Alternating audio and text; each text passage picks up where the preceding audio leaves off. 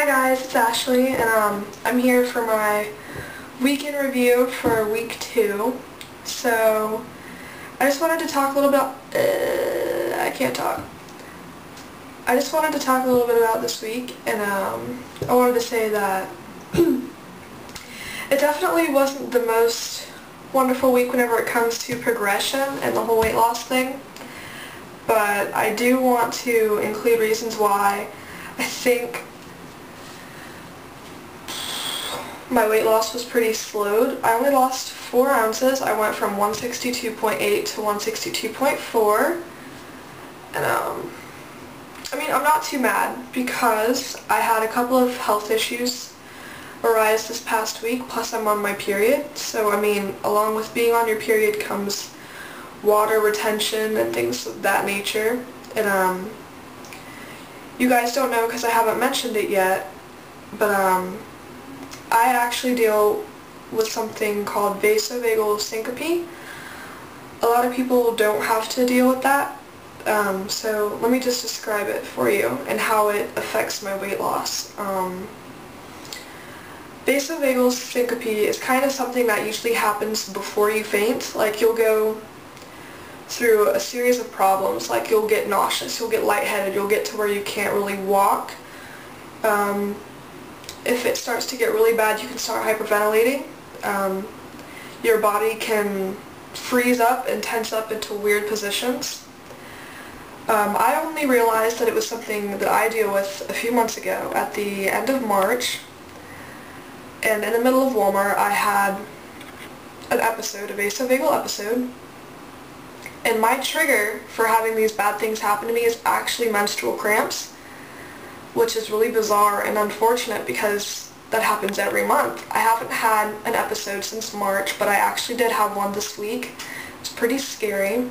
So basically what happens is whenever the cramps start to get really bad, the menstrual cramps, my body will start to have a negative panic response.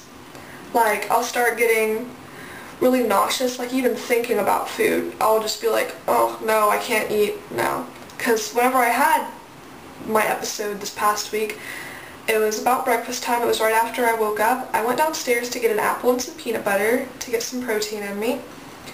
And as I was cutting up the apple and getting the peanut butter out, I started to feel so nauseous. Like, it was ridiculous. I was like, I can't eat this. And that's ridiculous because I love having that. It's really yummy to me. I love apples and peanut butter. But I was just like, I don't think I can. I couldn't even think about food. And then as I was going back upstairs to my room, because I was going to eat up there, going up the stairs, I felt my body just getting so fatigued and weak. And I got to the top of the stairs, and I was starting to double over, like I couldn't hardly hold my own body up. And because I remember my symptoms from my first episode, I kind of had an idea that I was about to have another episode. So I quickly went into my room.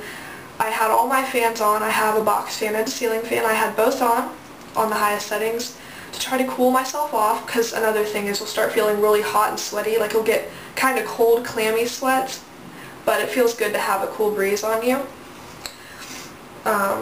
So I laid down and I started noticing the cramps getting progressively worse, and it was to the point where my body was literally like jumping. I was in so much pain. Like, I can't describe to you how much pain. But eventually I started hyperventilating. I was trying to calm down my breathing at first, but then it gets to the point where you can't control it anymore. So I started hyperventilating.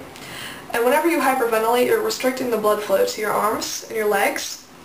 So eventually my arms cramped up into weird positions like this, and I couldn't move my fingers. They were completely stuck this way. So I was laying on my bed with my hands doing these weird things, and I couldn't move my legs for the life of me because blood wasn't reaching them. So it's actually very scary. You lose control over your body and you're in constant pain and you can't breathe correctly. So my mom, actually, I was able to notify my mom that it was happening, so she came upstairs to help me. She gave me some Aleve to try to make the cramping go away, so it would help me get out of my episode. So, I mean, for about 30 minutes I was just laying in my bed hyperventilating, and I couldn't move. And eventually I was able to sort of stabilize my breathing again, and once you do that, the blood flow is restored back to your body. I mean, well, your arms and your legs, so I was able to start moving them again, and I came out of it. The first time I had a vasovagal episode, I actually had to call 911, and an ambulance took me to the hospital, and I found out that that's what I was suffering with. But this time I had an idea of what was going on, so I was able to kind of better control myself. But because of that, I wasn't able to really work out that day because I needed to let my body rest, and doing stressful things can also trigger an episode. So physical stress wasn't something I really needed that day. So that was the day I missed working out, unfortunately. And the day before that, I couldn't work out because I was having horrible calf muscle soreness. I couldn't hardly walk. It was horrible. Going down the stairs was a major struggle, and just walking to the bathroom, I felt it. It was horrible. I was incredibly sore there, and I was incredibly sore in my back. So I wasn't able to work out that day or the next day because of my vasovagal episode. So I felt like I felt like a failure for a few days. I wasn't able to work out, but I think I had pretty good reasons behind what I was doing. And I'm still proud of myself because the rest of the week I managed to eat as healthy as I possibly could, and I did work out still. And even with my whole period thing and not working out as much, I was still able to lose, I still was able to lose 4 ounces. And like a ½ inch here or there on my body. So, I mean, that was good. But enough about that and my excuses for not losing much. I and Amber both have been doing our Be Fit and 90 regularly. We both have kept on top of that.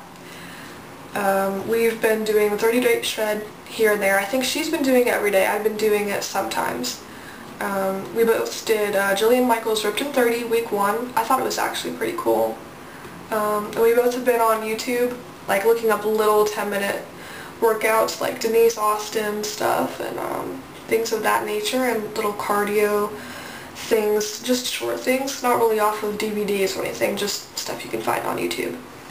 So we've been doing those. I've been eating healthy for the most part, but at dinner time is usually whenever there's a problem. Like, for example, tonight, we had some family come in, so my mom went out and she got little things with mashed potatoes and chicken and green beans and stuff.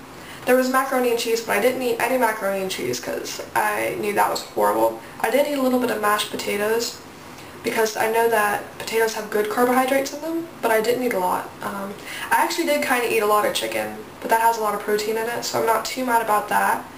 And it was grilled, so it wasn't horrible for me. Plus I was really hungry.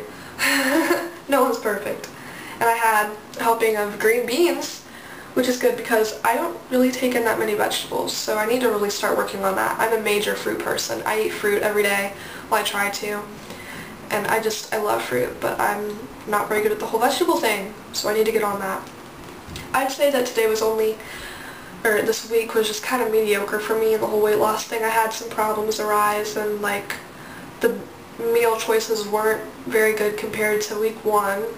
But I mean, I kind of put my best foot forward for the situations that I was put in, so I'm not going to beat myself up over it. Weight loss does not happen overnight. So this week I'm going to step my game up, and hopefully things will improve from there. So yeah, thank you for listening to me rant on and on and on. But yeah, if you have any questions about more specifically what kind of exercises we're doing on the side, like the YouTube ones I mentioned, I can include some in a message if you message me. If you want to talk to one of us personally, just put our name in the subject line, but any other questions will just be to either of us, whoever opens it, or from both of our perspectives.